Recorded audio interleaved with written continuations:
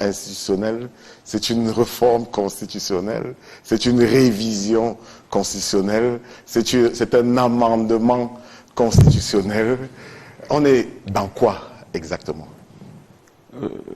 Je pense qu'il faut déjà utiliser les termes qui ont été convoqués par ceux qui ont initié l'exercice. Ils ont parlé de révision.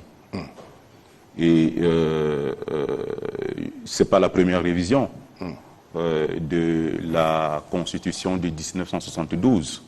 Il y en a eu en 1996, il y en a eu en 2008 et celle du 4 avril dernier n'est qu'une révision parmi tant d'autres. Maintenant, une révision suggère un certain nombre de transformations qui peuvent s'appeler, du point de vue du droit, des réformes. La Constitution pose un cadre à partir duquel l'ensemble de l'ordonnancement s'anime pour faire vivre les réformes qui sont projetées. Et donc, nous sommes dans une réforme qui a été déclenchée par la révision constitutionnelle au Parlement, en attendant que la loi soit promulguée par le président de la République. Nous sommes bien dans une réforme. Je crois que nous avons un certain nombre d'indicateurs qui permettent de baliser la discussion dans laquelle nous essayons de nous inscrire.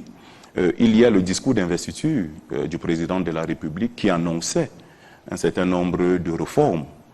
Et il y a l'exposé de motifs de la révision qui inscrit véritablement la révision dont on discutera tout à l'heure dans le cadre de ces réformes.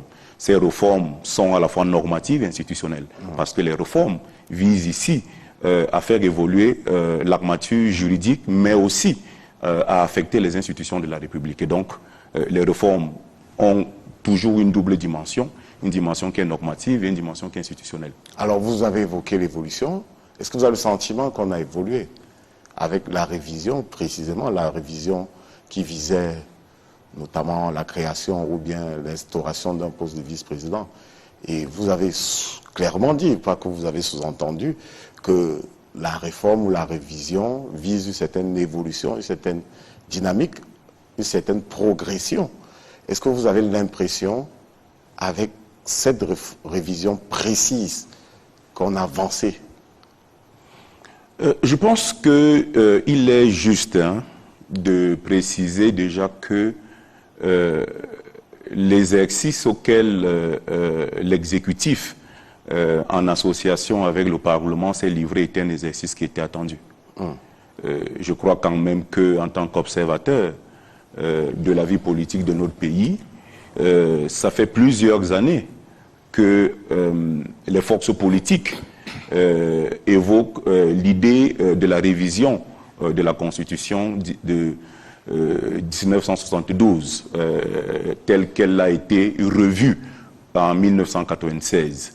Il y a un certain nombre d'évolutions, non seulement sociales, économiques, politiques, qui exigeaient que le texte soit retoiletté.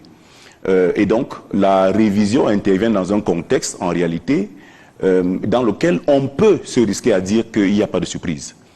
On peut questionner le moment de cette révision, mais cette révision était inscrite dans l'agenda politique de l'ensemble des composants de notre pays, et donc de ce fait, ce n'est pas une surprise. Maintenant, maintenant, vous me demandez s'il y a une évolution. Il y a toujours une évolution, dans la mesure où le texte qui a été, entre le texte qui a été réaménagé et les dispositions qui ont été insérées dans la révision qui est celle qui nous mobilise ce soir, il y a des choses qui ont changé. Il y a l'avènement du poste de vice-président qui est effectivement une évolution non seulement normative mais aussi institutionnelle. Et parlant justement de la fonction du vice-président,